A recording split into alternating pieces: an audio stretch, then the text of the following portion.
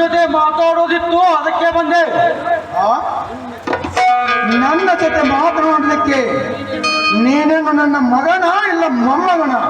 ಲೇ ಗೌಡ, ನಿನ್ನ ಜೊತೆ ಅಷ್ಟೇ ಯಾಕೋ, ನಿಮ್ಮಪ್ಪನಿಗೂ ನಾನು ಮಾತನಾಡೋದು ಹೀಗೆ. ಏ ಶಕ್ತಿ, ಮುಂದೆ ಮಾತನಾಡಿದರೆ ನಿನ್ನನ್ನು ಸುಟ್ಟು ಹಾಕ್ಬಿಟ್ಟೇನು? ಲೇ ಗೌಡ, ನೀನು ನನ್ನನ್ನು ಸುಟ್ಟು ಹಾಕುವುದಕ್ಕಿಂತ ಮುಂಚಿತವಾಗಿ ನಾನು ನಿನ್ನನ್ನು ಮೆಟ್ಟಿಸಿ ಹೇಳಲು ಬಂದಿರುವೆ ರಾಮನಾಗಿ. ಲೇ ಗೌಡ, ಈ ಗಂಡು ಕೊಡಲಿಯ ಒಡಲಿನಲ್ಲಿ ಕೊತ ಕೊತನೆ ಕುದಿಯುತ್ತಿರುವ ಕಾಲ್ಪಾದಿ ಅಗ್ನಿ ರಸವನ್ನು ಕಂಡು ಕಣ್ಣು ಮುಚ್ಚಿದವು ಕ್ಷತ್ರಿಯ ಕುಲದ ಕೊಂಡಿಗಳು.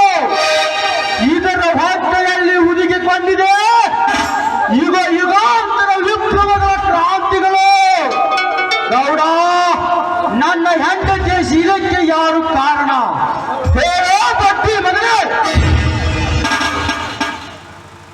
ಏ ಶಕ್ತಿ, ನನಗೇನು ಗೊತ್ತಿಲ್ಲ, ಬೆಟ್ಬಿಡು ನನ್ನ. ಗೌಡ, ಕಡಲನ್ನೇ ಕೆಡವಿ ಬೆಟ್ಟವನ್ನೇ ಅಲಗಾಡಿಸಬಲ್ಲ ಈ ಶಕ್ತಿ ನಿನ್ನಂತವನೆಂದಿಗೂ ಹಾಗೆ ಬಿಡುವುದಿಲ್ಲ.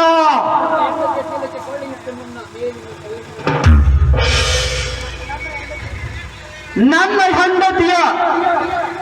ಹೆಂಡತಿಯ ಶೀಲಕ್ಕೆ ಕಾರಣವಾದ ನಿನ್ನನ್ನು ಸುಟ್ಟು ಹಾಕಿ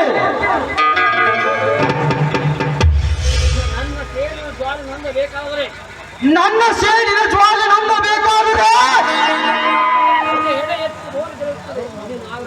ಹೆಡೆ ಕರಿನಾಗರನ ಮಿರಿನಾಗರನಂತೆ ಹೆಡೆ ಎತ್ತಿ ಬೋರ್ ಕರೆಯುತ್ತಿದೆ ನಿನ್ನನ್ನು ಕಚ್ಚಿ ತಿನ್ನುವುದಕ್ಕಾಗಿ.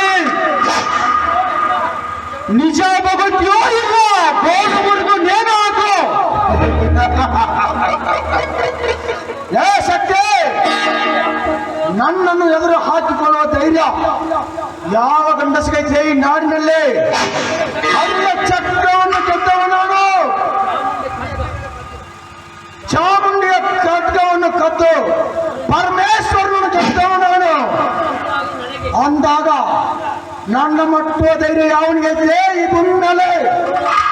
ಲೇ ಗೌಡ, ನಿನ್ನ ಶಿರ ಕಡಿದು ಹರಣ ಅಡಿಗೇರಿಸುವುದಕ್ಕಾಗಿಯೇ ಜನ್ಮ ತಾಳಿ ಬಂದಿರುವೆ ಈ ಭೂ ತಾಯಿಯ ಗರ್ಭದಿಂದ.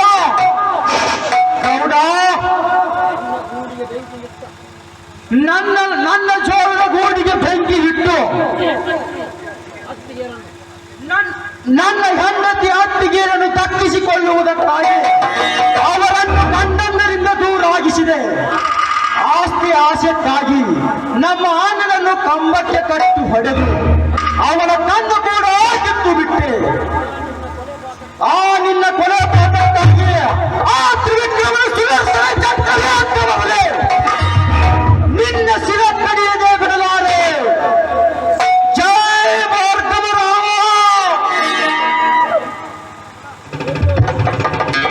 ನಿಲ್ಲು ಶಕ್ತಿ, ಇದು ನನ್ನ ಬೇಟೆ. ನಿನ್ನ ಕಾಯಕವನ್ನು ನಿಲ್ಲಿಸು. ಶಾಂತ ನೀನು? ಶಕ್ತಿ, ನಾನು ಶಾಂತ ಅಲ್ಲ. ಇವನಿಂದ ಶೀಲ ಕಳೆದುಕೊಂಡ ನಿನ್ನ ಹೆಂಡತಿ ಯಮುನಾ. ಅಂದು ನಾನು ನನ್ನ ಕಾಲನ್ನು ಕೊಲ್ಲುವಾಗ ನೀನು ಬಂದಾಗ ನಾನು ಯಮುನಾ ಅಂತ ಹೇಳಿದರೆ ಇಂದು ಈಗ ನನ್ನ ಕೈಗೆ ಸಿಗುತ್ತಿರಲಿಲ್ಲ. ಅದಕ್ಕೆ ಇಂದು ನನ್ನ ಚಂಡಿಯಾಗಿ ಇವನ ಮುಕ್ತ ಕುಡಿಯಲು ತಡೆ ಯಮುನಾ. ಇಲ್ಲ, ನನ್ನ ಸೇಡನ್ನು ಮೊದಲು ತೀರಿಸಿಕೊಳ್ಳಬೇಕು, ನಂತರ ನಿನ್ನ ಸೇಡು. ಇವನು ನನಗೆ ಕೊಟ್ಟ ಚಿತ್ರ ಹಿಂಸೆಯನ್ನು ನಾನು ಅವನಿಗೆ ವಾಪಸ್ಸು ಕೊಡಬೇಕು. ಏನೋ ಬುದ್ಧಿ ಕೂಡ.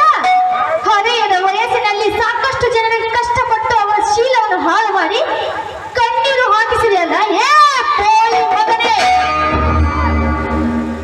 ನೋಡು, ಅವೇ ಅಲ್ಲವೋ ಕೈಗಳು, ಅವೇ ಕಣ್ಣುಗಳೆಲ್ಲವೋ ನನ್ನ ಶೀಲ ಹರಣ ಮಾಡಿತು. ಅವೇ ಕೈಗಳಲ್ಲವೋ ನನ್ನ ಸೀರೆಯನ್ನು ಎಳೆದು